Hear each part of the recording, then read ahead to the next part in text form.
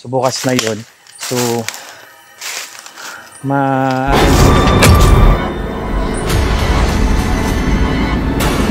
gumalaw dun. May gumalaw dun sa part ng ulan.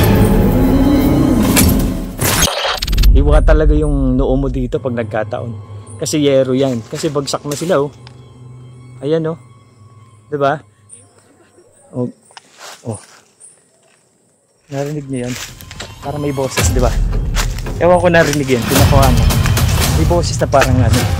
Silipin natin para makita. Ito kasi, nung nag-ghost ball kami dito, ito yung grabe yung lakas ng palo ng EMF. Pinailaw yung ghost ball namin. Tapos, ang hirap pag solo.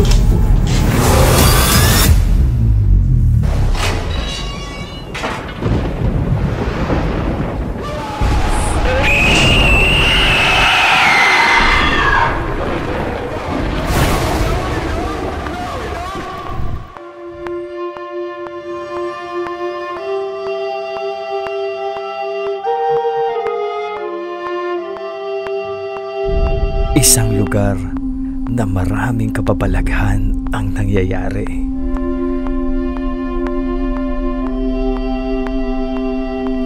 Isang lugar na nakakabingi ang katahimikan pagkagat ng dilim.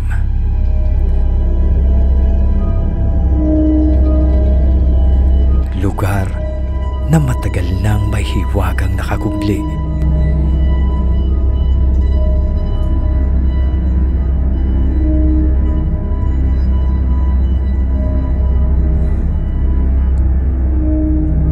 Gamit ang motor ay pinuntahan ko ang abandonado at nakakakilabot na lugar na dati naging quarters ng mga sundalo. Tugong Lods! Hello! Magandang hello sa'yo. Pupunta kami sa isang lugar na nakakatakot ang history. Oo. Punta na natin ang lugar na yun. Atir!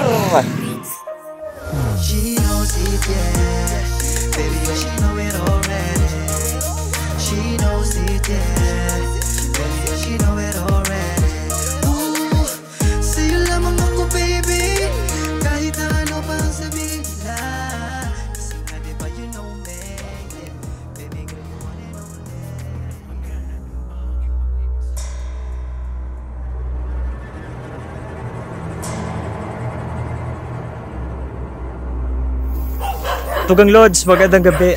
Nandito ako ngayon sa barracks.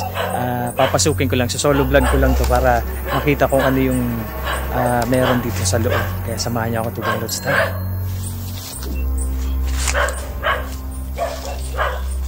Masukal at kailangan mong akyatin ang lugar na napakadilim bago mo ito marating.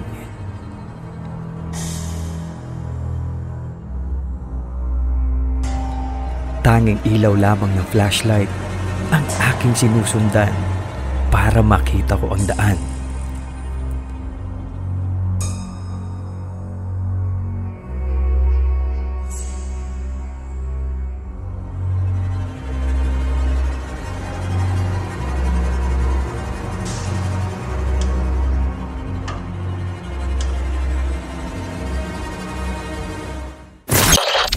Tugang Lods, nandito ako sa barracks at makikita nyo ngayon na bukas na mismo yung pintuan ng sa caretaker, yung namatay. Ayan siya, bukas na yan. Tapos dito, pagpasok ko sa kwarto ay tumambad sa akin ang mga gamit ng yumaong caretaker at makikita ang mga unan at higaan niya. Ito yung mga gamit ng caretaker. Tabi-tabi po. Walang galang na. Ayan, Tugang Lods, yung mga gamit niya ng caretaker mismo. So para hindi naman tayo masyado nakakaano. Ang dating sinisilip-silip lang namin sa vlog, ngayon ay nasa loob na ako nito. At hindi ko alam kung nasa tabi ko lamang ang mga kaluluwa ng mga namatay dito.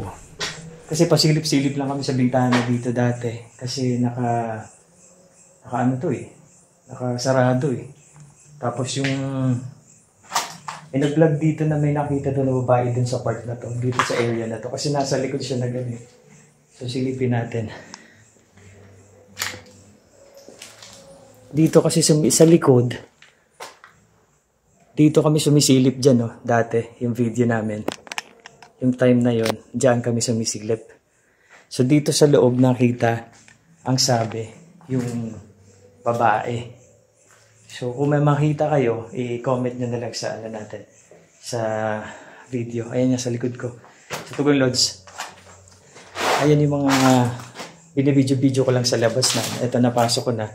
So ngayon, ito yung itsura sa loob. Makita nyo na sira-sira na talaga. At tawag dito, ulan, araw, kaya ganun. At eto, may maliit dito ano. Pasukin natin. Dito Ano to, nasa likod? ay nakita ko ang malamang mga gamit pa ng dating tumira dito. Ang gagamit, nahulang galang na po. Ayan, ang mga gamit. Sinaan dito sa loob na to. Kaso nga, siyempre, namatay yung caretaker dito para nag-vlog lang po. Ano to, tawag dito. Hindi naman sa dinidisrespect natin. Pinapakita lang natin sa mga Tugang Lodge natin. Kasi dati binibideo lang namin. Sa labas kami. Tapos ito yung caretaker. Ito yung bahay. Dito namatay. Sarado. Ganun lang. Ngayon, dito tayo sa loob ngayon. Diba? So at least Lumabas na nga ako ng kwarto at pinuntahan ko ang bandang likuran. So kung dito ka sa labas ng barracks, dito mo makikita yung ganyan, nakasarado to dati. Ayan, pinasok natin 'yon. Tapos ngayon, ito napasok ko na to dati nung nag-solo ako dito. Bagsak na talaga ngayon. Ayan nakakatakot, baka bagsakan ako dito. Ayan Tugang Lodge. Makikita nyo kasi wala tayong halos matadaanan. Tingnan nyo, dito tayo sa tapat na to. 'Di ba? Ayun yung problema. Dahil bigla na lang. Mapapasok. Pero punta natin yung likod. Ito. Yung doon na part na yun. Silipin natin para makita. Ito kasi, nung nag-ghost ball kami dito, ito yung grabe yung lakas ng palo ng EMF. Dito Pinailaw yung ay ghost laking ball namin. gulat ko. Dahil bigla na lang. Ay, hirap pag solo. Gulat ako dito. Grabe. Akala ko kasi may itim na Akala ko itim na Gulat ako nasa tapat ko. Kasi pag tagilid, ganito wala kang makakita. Tapos pagtingin mo dito, ganyan pala. Takot mo ako Baka may ahas Ito yung likod. Tugang Lodge ng barracks. So, tabi-tabi po. Yan Yan Dito sumilip yung Diyan kami umaapak dati sa lababo na yan. Actually, Ito. Diyan kami umaapak para silipin yun doon. Kasi nakasarado nga yung Tugang Lodge. Kanina, napasok ko na. So, at least, nakita natin. Yun. Shit. Gumalaw. Shame. Ang creepy pala mag-solo sa barracks. Pero ngayon, mas creepy kasi nga, bukas na yung, bukas na yung pinaka bahay, pinaka kwarto. So, ngayon, ayun yung sa loob nun. So, dito, silipin ko lang saglit. Ito, makikita yung Tugang Lodge. Ayan. Makikita na nagbagsakan na ang mga bubong ng parting ito ng barracks. Ayan na yung itsura, yung puro puno. Tapos, yung dito, bagsak na nga. Ayan. Ayan yung... Ayan di na mapapasok talaga yung loob. Kasi, dati Tugang Lodge, napapasok pa namin yan. Kasi nga napasok pa namin yan kasi hindi pa ganun kasukal. Ngayon, ang hirap na paano mapapasok pa yan? Ganyan So, ganun Tugang Lodge. Katindi na yung itsura dito. Ko lang yung maaapakan kasi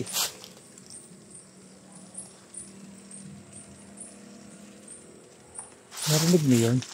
Iba yung tunog, no? Parang yung presensya ng ano.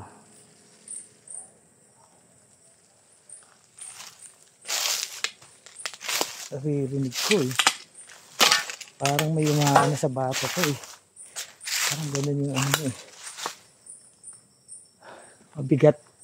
Mapagit na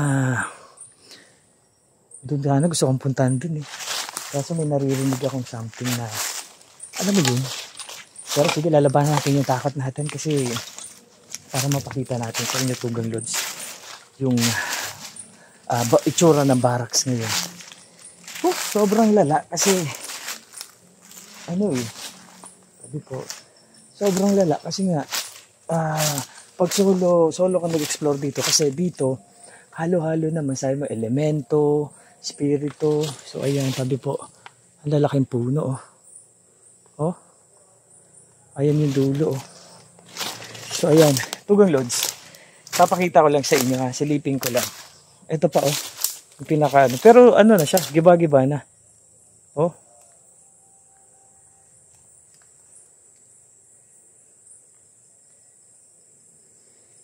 Gano'n na. Gano'n na ang itsura Tugang Lods. At ang ano dito, nakakatakot lang talaga yung pinakadulo. Kasi napakadilim. Tignan nyo. Oh. Kasi kung may lumabas dyan na ano, talagang creepy pag may lumabas dito na ano, may makakita tayong multo. Ang creepy, kung may makita man kayo, i-comment nyo na lang. Kasi iba yung pakiramdam, napakabigat Tugang Lods, promise. Kung nandito kayo, puntahan nyo to ng solo, itong lugar na to. Sabihin nyo sa akin kung hindi kayo kikilabutan. Napakatindi kung, napakamanhid mo kung hindi ka kikilabutan sa lugar na ito. Napakatindi ng ano, iba yung pakiramdam ko Tugang Lods. At sabi ko nga, dahil iba nga yung pakiramdam ko. Tingnan mo, mga puno pa oh. Halo-halo na kasi to eh. Yung mararamdaman mo siguro yung takot, yung bukod sa takot, yung parang iniisip mo yung history ng lugar na to. So kaya iba-iba yung maglalaro sa isipan mo. Tapos may maririnig ka pang iba't ibang tunog. Ay, ang creepy. Nakakatakot. Ito yung CR oh. Shit, grabe. Creepy. Oh. Grabe Tugang Lods. Ibang klase yung pakiramdam. Yung takot na naramdaman ko noon nung in-explore namin to, triple ngayon. Ngayon mismo na sinolo ko to.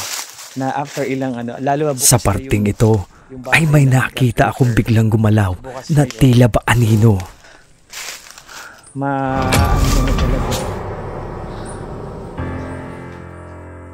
Parang may gumalaw doon. Parang may gumalaw doon sa part na yun. Ayun o. Ayun o. Sabi nga ni Dax, may bulto ba dyan? Ganon sabi ni Dax, di ba? Ayan. So ayan Tugang Lods. At isa nakita nyo, isa pa sa pinaka nakakatakot dito, kung tumama ka dito. Ayan o. Diba? Dito, bigla akong nagulat sa aking narinig. Dito pag nagkataon. Tila ba boses na pumulong ito sa akin. Ayan o. Diba? Oh. Narinig niyo yun? Parang may boses, diba? Ewan ko narinig yan, kung nakuha na. May boses na parang ano eh. Parang boses babae na parang bulong. Ewan ko lang kung nakuhanan yun. Pakinggang mabuti. At nakita nyo, isa pa sa pinaka nakakatakot dito, kung tumama ka dito. Yan o. Diba? Posibleng di mo, nako, hiwa talaga yung noo mo dito pag nagkataon. Kasi yero yan. Kasi bagsak na sila oh. Ayan oh. Diba? Oh. Narinig niyo yan? Parang may boses, diba? Kasi yero yan. Kasi bagsak na sila oh. Ayan oh. Diba? Oh. Narinig niyo yan? Parang may boses, diba? Ewan ko narinig yan, kung nakuha na. May boses na parang ano eh. Parang boses babae na parang bulong. Ewan ko lang kung nakuhanan yun. Kasi ano eh, iba yung pakiramdam ko, Tugang Lods. So, eto. Dito ay kakaibang kilabot na ang aking nararamdaman. Ito yung labas ng ano, ng barracks. Ang ganda sa loob. Iba yung pakiramdam eh. Talagang maano ka talaga eh. Kasi yung mga gamit ng namatay na ano, caretaker dito, nandun pa mismo. At kapag ka ang tawag dito, paranormal investigate ka dito, sigurado mayroon ka makukuha, hindi ka masisiro dito, Tugang Lods. So ayan, dahil kabado na ako sa nararamdaman ko yung ibang klase. Dahil pataas na ang kilabot na nararamdaman ko, ay minabuti ko na lamang na tapusin na ang pag-explore sa lugar at lumabas na. Tugang Lods, tatapusin ko na yung vlog ko dito kasi iba na yung nararamdaman ko. Sobrang creepy na at parang yung alam mo yung dito sa may batok mo, parang may yung mga balahibo mo dyan umaangat. Nakakalaw may tao sa likod mo tsaka sa harapan mo. So tatapusin ko na to at eto na talaga. Maraming salamat. Shoutout pala kay Malu Morris and syempre sa lahat ng mga nanonood ditong video na to. Salamat sa suporta at sana tuloy-tuloy lang sa panonood ng aming mga video. Grabe, Tugang Lods, iba yung kilabot ng naramdaman ko. Kasi iba yung yung pakiramdam pagka sinusolo mo pala yung lugar na lalo alam mo yung history, alam mo yung mga nangyari. Iba yung iba yung kilabot, promise. As in gumagapang talaga. At yung likod ng ng batok, Diyos ko, parang may mga humihipo. Ganun kalala, Tugang Lods. Kaya maraming salamat sa panonood mo ditong vlog ko na to. Dito sa pababa na to ay ano man ang hiwaga o misteryo ang nakabalot sa lugar na ito, ay mananatili pa rin itong nakakubli dito. Ganong kasukal yung lugar. Kaya naman sobrang maraming salamat, Tugang Lods, sa iyong panonood. Apir.